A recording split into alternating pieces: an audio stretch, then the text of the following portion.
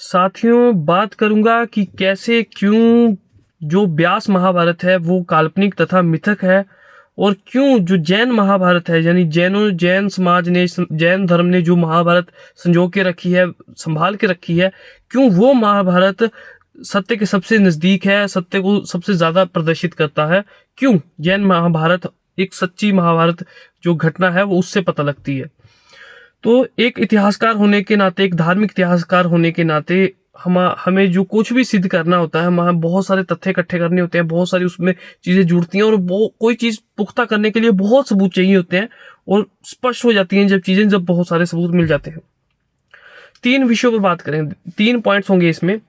अगर आप व्यास महाभारत, जिसे हम आज लोकप्रिय तौर पर जानते हैं, जिसमें ईश्वरीय काल्पनिक सब चीजें जुड़ी जाती हैं, जो ज्यादातर भारत में दिखाई जाती हैं, उस पर कोई लिखा नहीं है कि यही महाभारत सत्य है या इसी को मानो। बहुत सारी अनेकों महाभारतें हैं, हम पता नहीं क्यों व्यास महाभारत के पीछे पड़ जाते हैं। तो पहले हम व्यास महाभारत में देखेंगे कि अब साइंस ने, तथ्यों ने, तर्कों ने सब सिद्ध कर दिया कि काल्पनिक चीजें क्या होती है, मिथक चीज क्या होती हैं, और अंधविश्वासी चीजें क्या होती हैं। तो व्यास महाभारत में वो सब चीजें मिलेंगी आपको जो जगहों के नाम मिलेंगे, जब महाभारत में जो जगहों के नाम है वो महाजनपदों के शहरों के नाम है, यानी कि जो उसमें शहर बताए जाते हैं, जगह बताई जाती है, वो महाजनपद से उठाई गई हैं। तो महाजनपद कोई बहुत प्राचीन नहीं है, अब 1000 साल पीछे जाते जाइए, आपको महाजनपदों की लोकेशन, उनके नाम प्रसिद्ध रूप से आपको मिल जाएंगे। तो जो उसमें लोकेशन बताई जाती है व्यास महाभारत में, वो कोई पुरानी नहीं है। और सबसे महत्वपूर्ण बात है, जो व्यास महाभारत में जो किलों की बात की जाती है कि ऐसे महल थे, इंद्रप्रस्थ था, हस्तिनापुर का ये कलंद, ये बड़ा महल था, और ये महलों की बात की जाती है। तो भारत में आज से आपको 1000 साल से पहले कोई राजाओं के महल मिलेंगे ही नहीं, और ऐसी बहुत सारी विचारधाराएं जो आपको भारत के 1000 साल के बाद ही उत्पत्ति मिलेंगी, पहले थी ही नहीं। राजाओं के महल आज से 1000 साल पहले आपको मिलेंगे ही नहीं। तो जो महलों की बात है वो बाद में आई और उसके साथ जुड़ती चली गई। तो आप सीधे कंपैरिजन में आ जाइए अब जैन महाभारत के साथ। व्यास महाभारत में मैंने आपको बता दिया कि काल्पनिक चीजें, मिथक चीजें, अंधविश्वास, जादू टोना, ये सब चीजें हैं जो कि अब सिद्ध हो चुका है कि गलत है, मिथक है। साथ में उसमें जो जनपदों के नाम है वो अब के शहरों के नाम पर है, वो प्राचीन नहीं है। जैसे आप ऋग्वेद में देखें, अगर दशरागे युद्ध में देखें, तो उसमें कोई लोकेशनों की बात नहीं हुई है, कोई उसमें मतलब कि महलों की बात नहीं हुई है। तो उसमें पता लगता है कि ये तब की बात होगी जब कुछ भी नहीं था, मतलब कि सामान्य हमें दिखता है कि बहुत प्राचीन कोई घटना हुई है, कोई सरस्वती नदी जो हमें जो समुद्र के नीचे भी उसके अब एक निशान मिलते हैं कि एक नदी बहती थी, सरस्वती नदी सिद्ध होगी कि एक बड़े रूप में बहती थी। तो उस समय की वो बात है, और उस समय में ऐसी चीजें नहीं थी।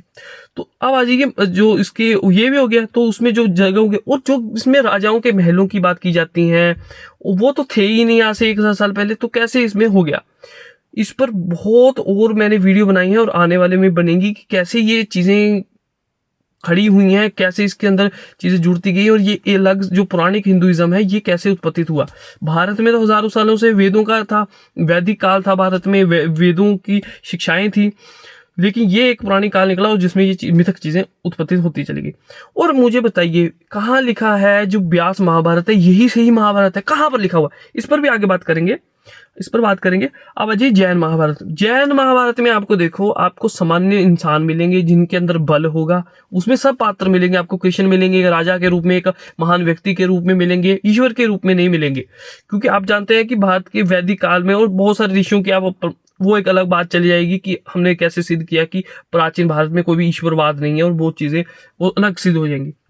तो सामान्य है, उसमें भी पांडव कौरव है जैन महाभारत में, और कोई महलों का जिक्र नहीं है, कोई अपने इसमें वो नहीं है कि कोई चमत्कारी चीजें नहीं है। कुछ चीजें आपको मिल जाएंगी जो आपको लगेंगी कि जैनों ने थोड़ा थोड़ा अपना ऐड किया जैन धर्म का, लेकिन आपको स्पष्ट रूप से आपको सही महाभारत मिल जाएगी। और इतनी सारी महाभारतें हैं, हिंदू धर्म की कौन सी महाभारत है ये आपको कैसे पता। बहुत सारी महाभारत है, आपको उसी से क्यों पढ़ना है।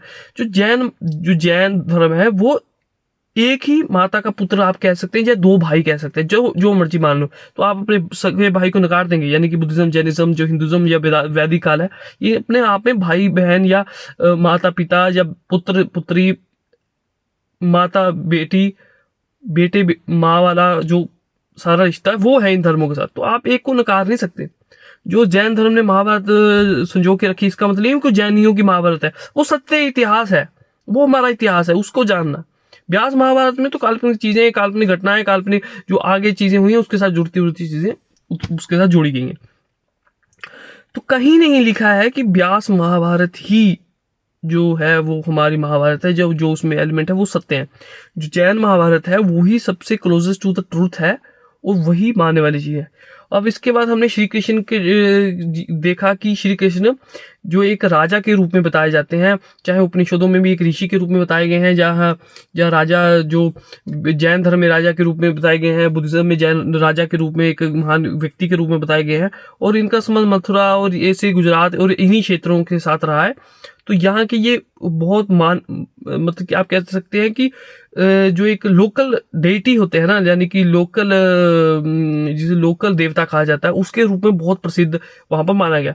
लेकिन बाद में जब हमारा ग्रीको बुद्धिज्म आया, ग्रीको बुद्धिज्म यानी कि यूनानी और बुद्धिज्म का मेल हुआ और उसी से उत्पत्तित होकर फिर महायान शाखा बनी, उसी से दोनों से मिलकर फिर जो पुराणिक हिंदुइज्म बना, और उसी में वो धारा में जो एक राजा और एक ऋषि कृष्ण थे उनको एक ईश्वरीय कृष्ण में परिवर्तित कर दिया गया।